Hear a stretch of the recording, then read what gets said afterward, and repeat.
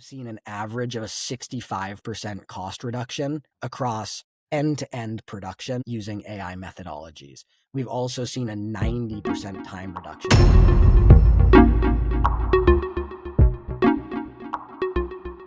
Raised in the heart of Silicon Valley, he saw firsthand how technology transforms human lives. Today, he's leading the charge in San Francisco's AI revolution, helping the world's biggest brands bridge the gap between complex tech and cinematic storytelling. Today, we're joined by Johnny Rohrbach, the founder of Silverside AI. From creating viral AI-driven commercials for Coca-Cola to achieving a staggering 65% cost reduction in production, Johnny and his team are redefining the economics of creativity.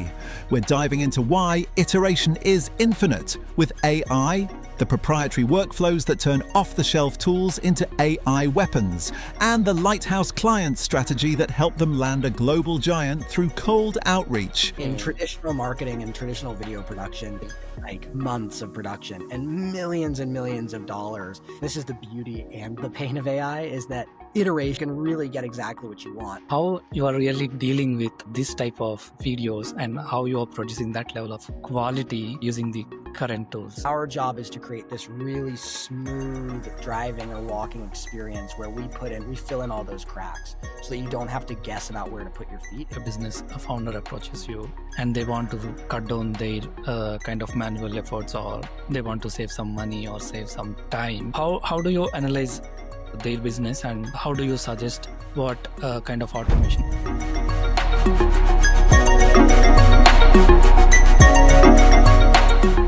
Welcome back to The Next Move with Venkat. Today I'm joined by Johnny Rohrbach. Hi Johnny, welcome to the show. Hey there, thank you so much for having me. This is so much fun. Yep, it is really a pleasure having you on the show, and yeah, I'm really excited for today's conversation with you. So let's talk about how it all started. So what made you to start the Silverside AI? Sure. Well, so for anyone who doesn't know, my name is Johnny Rohrbach. I'm one of the co-founders here at Silverside. You know, in the past, I grew up in Silicon Valley, in Palo Alto specifically. So I've always been surrounded by technology and gotten to see kind of the incredible power that technology can have on business processes and just how we operate as humans. Fast forward to graduating school, I started in technology working, but then moved into the agency world and advertising, which is a pretty wild transition because obviously advertising up until recently has been very creativity driven and all of these different things that really have very little to do with technology. I'd actually call it an antiquated industry in many ways. I was doing that for quite a few years, running new business at an agency called Odell, which is an incredible agency. I'm doing really amazing work. And then the founders of Odell and I started to see these trends in artificial intelligence and started to talk about what that would look like in the advertising ecosystem, understanding the writing on the wall that this is going to change how marketers operate in an incredibly fundamental way, but no one really understood what that would look like and how that would take shape. So when Silverside was coming to light, there were essentially two sides of the equation. One side is we were sitting in San Francisco in the middle of the AI revolution, where all of these incredible technology companies were taking shape and had these incredible use cases, but no way into brands. On the other side, we were sitting with all of these brands who were saying, I know AI is here. I know there are massive efficiencies to be realized, but I don't know where to start. I don't know what's safe. I don't know what's going to be most effective, but my board is breathing down my neck to start working and doing something and experimenting. Ultimately, that was the catalyst for Silverside, where our goal was to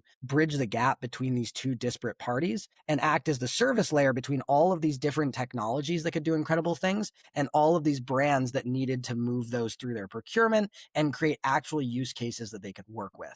And one of the things we noticed is that each of those tools individually is really incredible, but ultimately you need a whole host of tools and you need a service layer on top of that to allow those brands to train on their products, their brand guidelines, all of those different things that make these platforms usable. And that's really what Silverside did. So we started that. We got to work with some incredible brands like Coca-Cola right out the gate. And the rest is kind of history. Since then, it's been, getting to work with some of the biggest, best brands in the world. Yeah, got it. Yeah, it is really amazing the brands you're working with and the content, the video marketing you're doing is really amazing. So can you just share how the video marketing is now shaping the industries, especially when it is in the advertising space? Yeah, absolutely. It's a fundamental shift, right? In Mm, traditional marketing and traditional video production, you have the agency model, which is let's take time and come up with lots of different ideas and pitch those and work through them. And that still exists, right? Like the ideation portion is incredibly important. And the role of creativity, I would argue, is even more important now. Where it really starts to shift is the production. And historically, mm, it's been like months of production and millions of dollars. And at the end of those shoot days, you go, okay, this is what I have. That's it. Now I know exactly what I need to work within. And if we don't have something within this that we can work with, it's either sorry, you're going to have to deal with it, or we need to go spend millions of dollars to do another shoot, right? Those timelines are also months long. This mm, technology transition has shifted that in a pretty interesting way. Number one is the timelines are considerably shorter. So we're taking it from, sometimes 6 to 9 months down to weeks, like anywhere from in some cases 2.5 weeks to, probably the sweet spot is like 6 weeks. The second piece is, and this is the beauty and the pain of AI, is that iteration is infinite, right? yeah. So you never necessarily have to say, all right, this is it. This is all we have. And that's really beautiful because you can really get exactly what you want. And it allows the creatives who work on both the brand side, but also on our team to really refine their vision and ideate effectively and have a little bit more freedom to bring their visions to life. On the other side of that, you do have to eventually say, all right, we have what we need, and now we have to stop all that iteration. But it does just allow the ideation process to be a lot more fluid. It allows people to bring their ideas to life a lot more effectively and quickly, and even like internally going, hey, this is what I'm thinking, and this is an example of what I mean. And then just the economics of it are pretty staggering. So in general, we've seen an average of a 65% cost reduction across end-to-end production using AI methodologies. We've also seen a 90% time reduction in some cases. And the cost reductions can be up from there, but 65 is really the floor of what we've seen, which is pretty amazing. Mm. Yeah, sounds really interesting. So, yeah, as I said, even in our previous chat, I've gone through your website and I watched all of your videos, especially the Coca-Cola one and the other weird, I think it was the trimmer, the shaving machine. The quality was really amazing. So my wife has a YouTube channel and she's also making the AI videos. But I see her struggling every time giving the too many prompts. It will not give us the accurate results. If we ask for one thing and it will do the another thing, which is really kind of frustrating. So I just want to know how you are really dealing with this type of videos and how you are producing that level of quality using the current tools. Yeah, this is probably my favorite question because it is Yeah. it is true, right? Like you can do amazing things with these off-the-shelf tools. Like Google VO3 is unbelievable. Sora 2 is incredible. All of these video models in particular are pretty mind-blowing. You just saw Mm, the new Google releases, so it's pretty mind-blowing. And I think that the average person can do things that historically would have been completely out of the realm of possibility. Where Silverside comes in is really how do we take this kind of amorphous cloud of AI power and it's guesswork of like I'm going to put a prompt in and hopefully something comes out that it'll work and maybe it won't, right?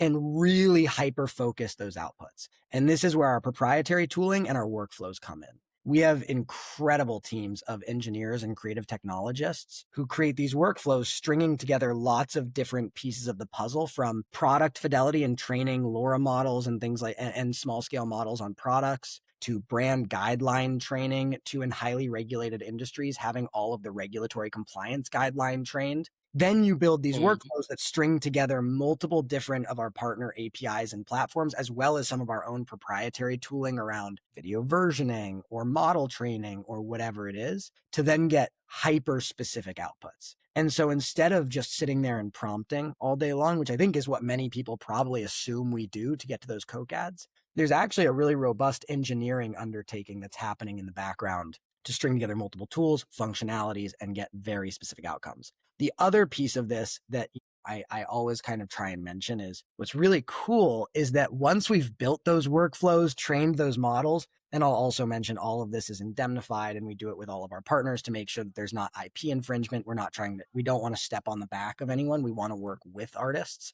And our job is really to empower creativity and creatives as opposed to try and take anything from them. But the other piece that's really cool is once we have all those workflows and systems, we can actually deploy those as a SaaS product to our clients. So we have an incredible studio team that can build the Coke ads, things like that. But then as a byproduct, you have all this technology that allows you to make a lot more content. And those client teams want to be, empowered to do that. And so we can hand that off, and then they can own and operate those platforms to make the content that they're looking for, which is quite cool. But I think it's my very long-winded way of saying you can get incredible results with off-the-shelf tooling, but we're a big believer is those off-the-shelf tooling are they're like a cobblestone path. You can absolutely walk it, but it's not exactly the most pleasant walking experience. And our job is to create this really smooth driving or walking experience where we fill in all those cracks so that you don't have to guess about where to put your feet. It's really, this is exactly where I'm headed. This is what I want. And we can get very specific about each piece without any guesswork. Got it. So it is like having a perfect framework even before started to doing anything. So right. you have And it's the also framework before. it's building that as we go too. Because oftentimes you build out these perfect use cases and frameworks and workflows, and then you realize that the outputs of that are not what the client wants, right?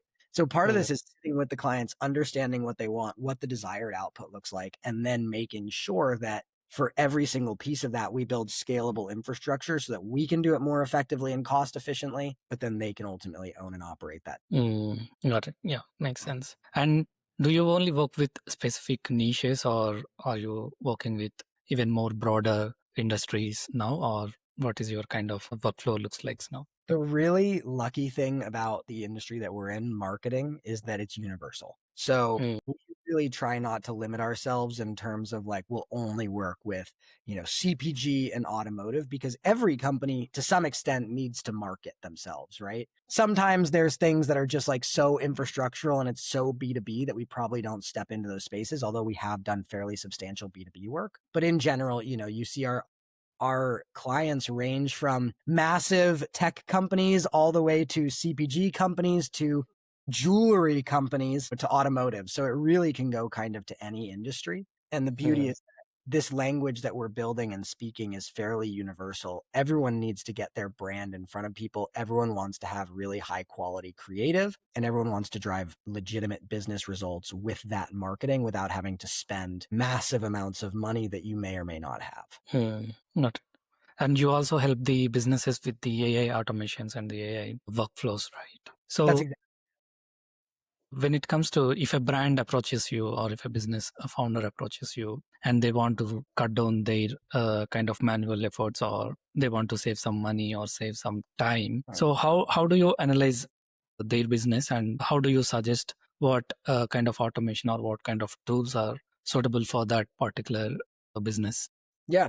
So there's a few ways in on this. And the first way is our most typical, which is businesses come to us and they say, hey, we really want to do X, Y, or Z. We really want to do this. We've identified this as a use case. Can you help us? And we go, great. Let's step in with a proof of concept, because we're big believers in the idea of crawl, walk, run instead of just diving in all the way. We want to make sure that it's validated for your business, that it makes sense. And in general, we've found that yes, it almost always does. And people get very excited. From there, what we do is really sit and understand, okay, what are the problems that you're encountering now? What are those pain points? What are the things that you wish would work that aren't? Or even sometimes more importantly, what's already working? Because there are certain things that don't necessarily need to be reinvented all the time. We can just make them easier with these AI technologies. And so we sit and kind of understand that. And then we go, what's a good test? And if your dream output was, this kind of idea, what would that look like? And then we step into that test and go, great, now we're going to actually build this. And as we build this, this actual output, we're going to build all of these scalable pieces of infrastructure along with you, built around those rounds of review where you go, hey, this looks incredible, or hey, this actually looks great, but it's not what we're looking for, right? So there's that first way where it's kind of the build the plane while you fly it approach, which is my preferred way of working, because I think the best way to understand how to build these effectively is with the client and with their feedback. The second way in is our consulting wing. And this is really where we go, okay, you come to us and you say, I know it's here, but I have no idea where to start. I don't know what a good use case is. I don't feel like we're AI native. and maybe you are super AI native, but you just don't know what the use case in marketing necessarily. And then we sit there and we go, okay, great. Well, here's how we've done this with other clients similar to you. Here are the areas that people are finding those efficiencies and the ROI. Now, does any of this resonate with you, right? And if they go no, then we go, okay, great. We need to do a deeper dive, and we need to really understand, like, what's your process look like? How do you operate? And where can we identify those AI use cases that'll work for you? If they do go, great. Actually, I never thought about that, but that's a really good one. For example, like brand governance is a really big one, and there's a huge issue, especially in large companies, where you have different teams across different markets and business units all wanting to make content for themselves, but every piece of content looks completely different, even though they're building from the same brand guidelines. How do we govern that?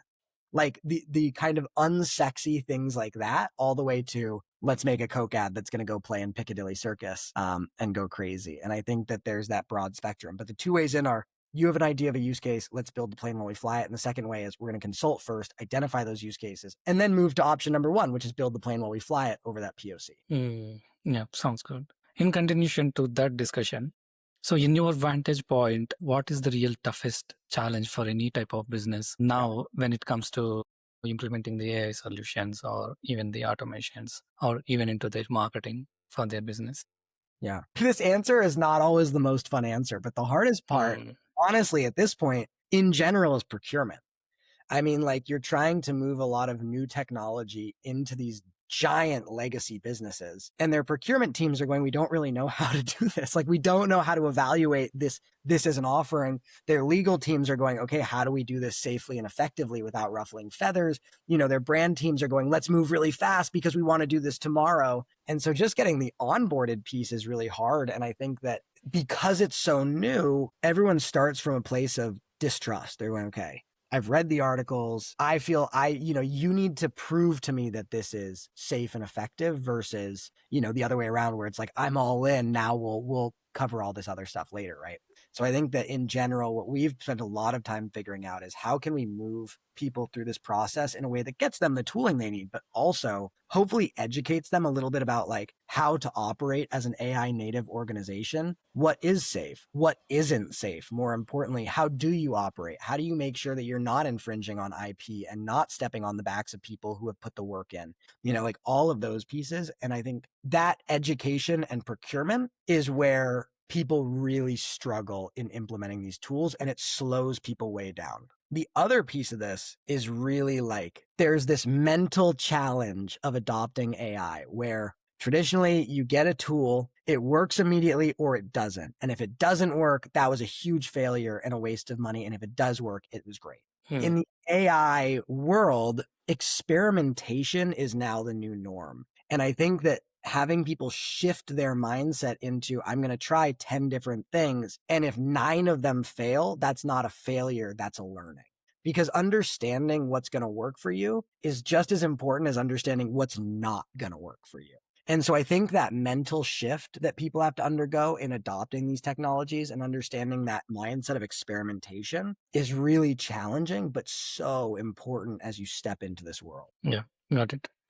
And again, as a continuation to this conversation, what is the kind of real challenge or the bottleneck you have in your business right now, whether in terms of the marketing or even the operations? Yeah. Well, listen, I lead our client engagements and our operations team. And I think that you'd asked me this a year ago. Our biggest challenge is, like, how the heck do we get clients? And that's really hard and kind of a puzzle in and of itself. Where we are now, the people that we need have a very specific skill set, especially for our studio team and our creative technology team. Everyone on our team is really incredible, but engineers, ML engineers and all of these things you can find them and train them on how we operate. But there are people who are these really specific skill sets that we need to find and bring into our organization. And doing that at the speed and scale required as we grow amongst different markets and with all these clients is always, like, a very fun and interesting balancing act of making sure we get all the people so there's no delays, making sure they're trained and they're brought into these systems, understanding how to scale our operation in that way so that it's really effective and clients never get impacted by what's happening behind the scenes, which, knock on wood, so far so good. But that's, like, a big behind the scenes challenge that we face. And so I think that, as we move forward, it's that conversation around scale and making sure that we always keep our roots of every single client is our most important client, right? And they feel Yeah. that. They have a team that feels dedicated to them and 100% on board with that. So they always feel they have the support they need. The other piece is as we expand into additional offices and markets, keeping that culture. And one of the Yeah. really cool things that I think, I'm obviously biased because, I'm one of the founders. So you'd have to ask the team as well. But I think that one of the things we hear a lot is we have this really incredible culture of, incredible growth mindset. People are so unbelievably supportive of one another. And when you succeed, I succeed. And so at the end of every single one of our weekly stand-ups, we've always had the shout out corner where it's like we just take a moment. We're like, does anyone want to give shout outs? And it's actually hilarious because we have to limit the number because everyone's trying to shout out other people and give those props to the people who work for us. And so, and we've been really lucky in that we do not have one single jerk on our team. Like everyone is so talented and so incredible. And so with this challenge of how do we grow effectively, it's not just how do we get the people in with the incredible talent, but how do we make sure that they fit our culture? And how do we make sure that we expand that so that the people in London are getting that same Yeah. incredible experience as the people in New York and San Francisco? Yeah. Yeah. Got it.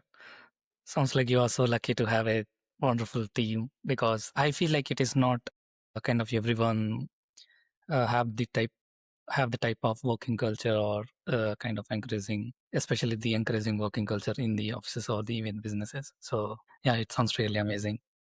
I have to be honest, like, and I always have to take, I was super lucky to be there on day one, but the only reason that we are where we are beyond the technology, right, is our team. Our team is so talented, so humble, so kind, and just every day show up with a smile. Like I can't say enough amazing things about every single person on our team. And that's a big piece is like, we're doing this incredible work. People work really hard, but it's so fun because every single person is coming in with this growth mindset and like we're going to go discover something new, which is really special. So I feel incredibly lucky. Yeah, really amazing. So you mentioned one thing, right? So when you started, your bottleneck was the getting the clients onboarded or getting the new clients for the business. How did you overcome it, and what does your client acquisition look like now? I wish I had a better answer for this, but the overcome and the original, our hope was, man, we're all coming with like all these client,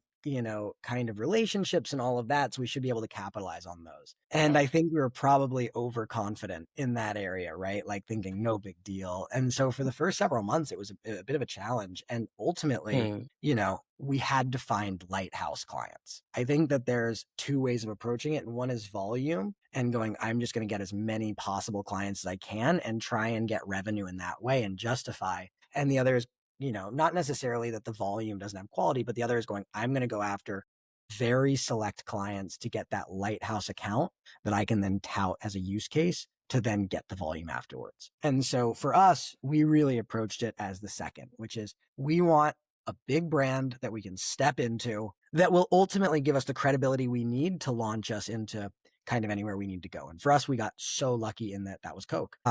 And that was largely kind of a cold outreach situation, which is like the least helpful answer ever, but it really is like we could not be bigger believers in like leverage your network, cold outreach, have a very clear value proposition of why someone should respond to you. And I get 58 LinkedIn messages every hour practically trying to sell me something, and so many of them are horrible, right? There's no value.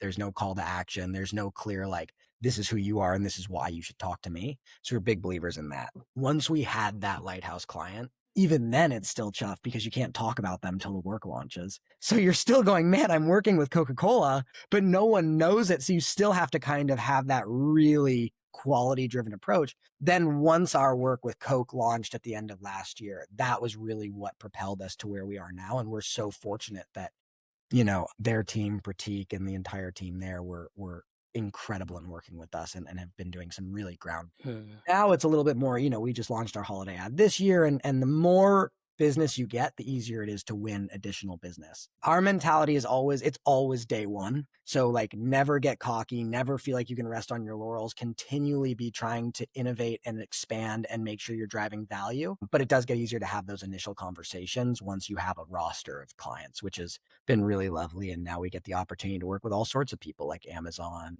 many others, right? When we started, the unsexy answer is lots of cold outreach, lots of time on whiteboards trying to figure out what brands were most, open to adoption for AI and stepping into this versus what are the more conservative companies and brands that are probably don't want to be in that vanguard. And then who do we know that might be in those brands, and who do our friends know, and how can we leverage those warm introductions in? Then finally, it's just like volume, like get LinkedIn messages out there, get a HubSpot campaign going, like just attack from every angle. Yeah, got it. Yeah, it was really amazing what you said. Yeah, instead of focusing on too many unqualified or too much volume, if you are laser focused on a specific thing, which will really quantify in the future. Yeah, I really, really like that approach. Yeah. Yeah. But we still have our whiteboard actually in the San Francisco office of the first 30 brands that we reached out to. You know, so it's still up there. Like it's the whiteboard, like, Rob and I, two of the founders, were just in this little back room, like, okay, what about Coke? What about whatever? I won't name any because I don't want to get in trouble, but we have like the 30 brands that we messaged everyone we could get into. And could you please intro us? And it was not fun work, but I'm very glad we did it. Yeah, it was really so fascinating. Yeah. So, and if we discuss about the future, how it is going to be like, I know you are launching your new office in London. So what is your next step for 2026? I think our next step is we've been fortunate enough to work with all these brands, and we've been fortunate enough to make this really interesting, PRable work, but now it's about the technical side of things. And we will never move away from our creative roots. That will always be really important. But our goal is and has always been to empower creatives and creativity with AI. A big pillar of that is how do we empower the teams at each of these brands to learn and become like AI weapons. We always say, like, how do you come in and learn it so that you can then take that forward and expand that across your organization? It'd be really disingenuous and probably there'd be a lot of hubris in the statement if I was like, we're the only ones who can do this. We don't want to teach anyone. We'll expand it across your organization. Our goal has always been empower a few people to then go empower more and more and more and make this interesting world where more creatives are able to make what they want to make without having to get these back-breaking, massive marketing budgets that have been required in the past. Now, that's not to say that we're encouraging cutting marketing budgets, but I think it is to say, and what we've seen is, take the budgets you have, and instead of just that one campaign for that one team, make multiple campaigns. Appeal to larger swaths of consumers. Talk to longer tail consumers who have historically been underrepresented. And those budgets then go so much farther. You get so many more creatives and people involved in the process, and you get massive ROI because you can personalize that messaging to people's use cases. And so when I think about 2026, the name of the game is, how do we get more people understanding these tools and platforms and operating to bring their ideas to life? Yeah, sounds really exciting. And yeah, before we wrap up this episode, so if you can give one suggestion for the people out there who really want to get into this AI world, whether it is the AI automation or the AI video creation, video marketing, so what it could be? Yeah, I think that everyone feels like they're behind right now. No matter where you are, everyone always feels like you're behind because it changes every single day. But from the time we've had this conversation to the time that this podcast actually goes live, I'm sure, so many things will have changed, right? And I think for people who are stepping in, it's really easy to get freaked out about, like, I don't know where to start, but you're not behind. Wherever you're stepping in is the right moment to step in. And I think that my advice to you is to read as much as you can. Try and stay apprised of all of the new tech launches and what those functionalities are doing. What are people doing? And you can follow all these incredible creators who are making really amazing work and being very transparent about how that work is made. And then just start to experiment. Like, it's like any skill. Just try it. And if, Yeah. your initial attempts are going to be horrible, and that's okay. And so I think getting comfortable with this idea of like, let's try it and fail and get better and figure out how to prompt better and figure out how to make workflows myself and agents. But don't feel like you have to do it all at once. Start slow, start small, understand what you like and don't like, and then just slowly build from there, like any skill. But, I always talk about there are great newsletters out there, like TLDR and Morning Tech and all of these things that you can just start to read every day. And that'll make you really smart pretty quickly around just the Mm. trends that are happening. And then, go get Gemini and VO3 and start to have some fun. Yeah, got it. Yeah, it is really amazing that you shared. And yeah, so before we leave, if anyone wants to find you out, where they can check out for you online. Absolutely. Yeah. We have all of our socials. It's silverside.ai is our website, and you can find all of our work there. You can find job openings, our team, all sorts of things like that. So please feel free to reach out. We love talking to everyone. Whether you're looking to learn more, or you're a brand, or you're someone who just wants to step into the space, we love chatting. And so take a look, reach out, and hopefully I get the chance to talk to many of you soon. Yeah, definitely. Yeah, it was really amazing talking with you, Johnny. You have shared so many amazing insights and so much of inspirational thoughts as well when coming to the client acquisition and even using the AI tools. So it is really amazing having you on the show, and I hope our audience also will find a lot of valuable information from this episode. So yeah, thank you for your time. I really appreciate it. Thank you so much for having me. This has been so much fun. Thank you, Johnny.